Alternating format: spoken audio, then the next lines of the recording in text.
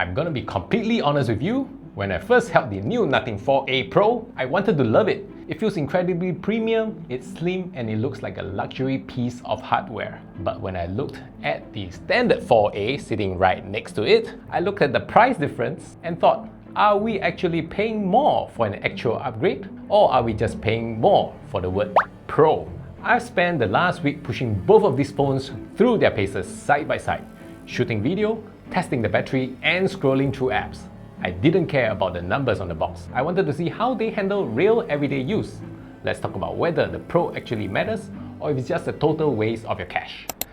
Let's start with the design because there is a hilarious irony here. If you buy the cheaper standard Nothing Phone 4A, you get exactly what made this brand famous, the iconic see-through transparent back. It's playful, it's a total conversation starter, and it genuinely looks like a Nothing phone.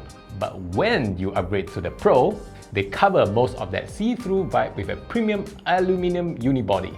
Now, don't get me wrong, it feels amazing in your hand. It's dense, it's slim, and it feels like an expensive piece of luxury hardware. But it loses a bit of the unique, transparent identity that the Nothing phone is known for. Even the Glyph lights on the back behave totally differently. Now yes, the standard 4A absolutely does 90% of the job if you just want a basic light notification when your phone is face down. But the 4A Pro gives you this insane level of customization, like setting up specific pixelated notification emojis for different apps. Honestly, I think that is incredibly cool. It gives the phone a lot of personality that you can completely miss out on with the standard model. Now let's talk about the cameras. This is usually where the brands nudge you to buy the Pro model by making the cheaper phone camera worse off. But my time shooting with both of these showed me a very different story. When I took the 4A Pro out during the day, the images looked beautiful with rich details. But the standard 4A holds its own. The details can be a bit tiny noisy if you pixel peep, but it still delivers good, accurate colors. And in ultra bright midday sunlight, the Pro occasionally overexposed the sky, blowing out the clouds into a big white sheet.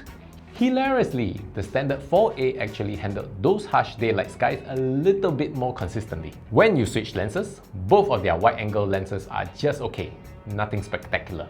But if you like getting up close to objects, the 4A Pro is actually kind of good at macro shots.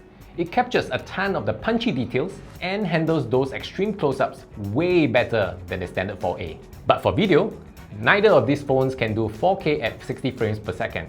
You are locked to 4K at 30 frames per second on both. But frankly, the Pro version does not do a great job at handling your footage.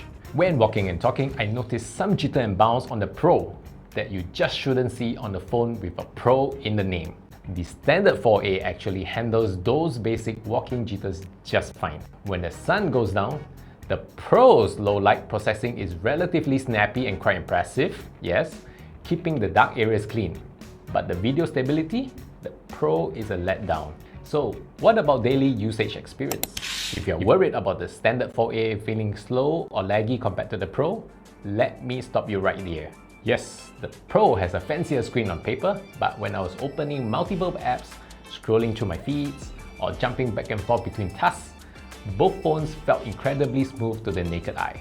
Unless you are tracking them with a high-speed camera, everyday performance feels identical.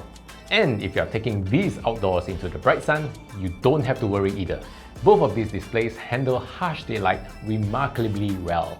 The standard 4A can crank all the way up to a massive 4500 nits of peak brightness, while the Pro pushes just a little bit further to a blazing 5000 nits. Honestly, side by side in real life, they are both exceptionally bright and perfectly easy to read anywhere. But here is where things get really interesting.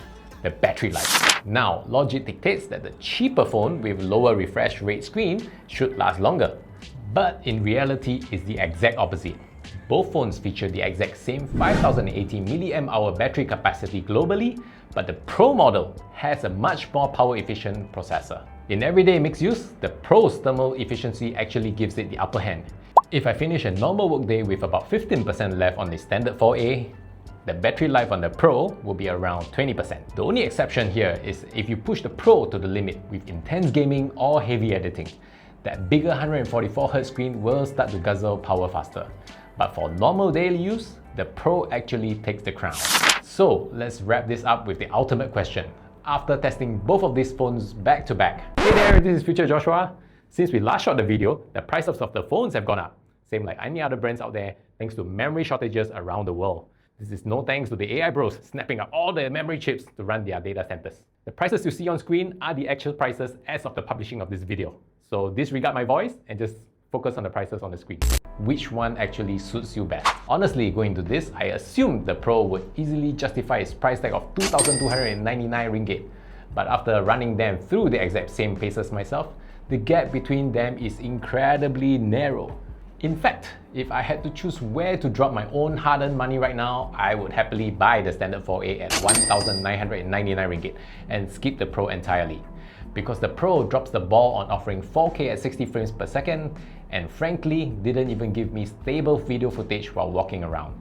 It doesn't offer that massive leap forward for mobile video creation. When you combine that with the fact that the standard 4A handles bright daylight skies better, the standard model still wins the price to performance battle, even if the Pro has a slightly better battery percentage at the end of the day. At the end of the day, the standard Nothing Phone 4A gives you about 90% of the experience for 300 ringgit lesser.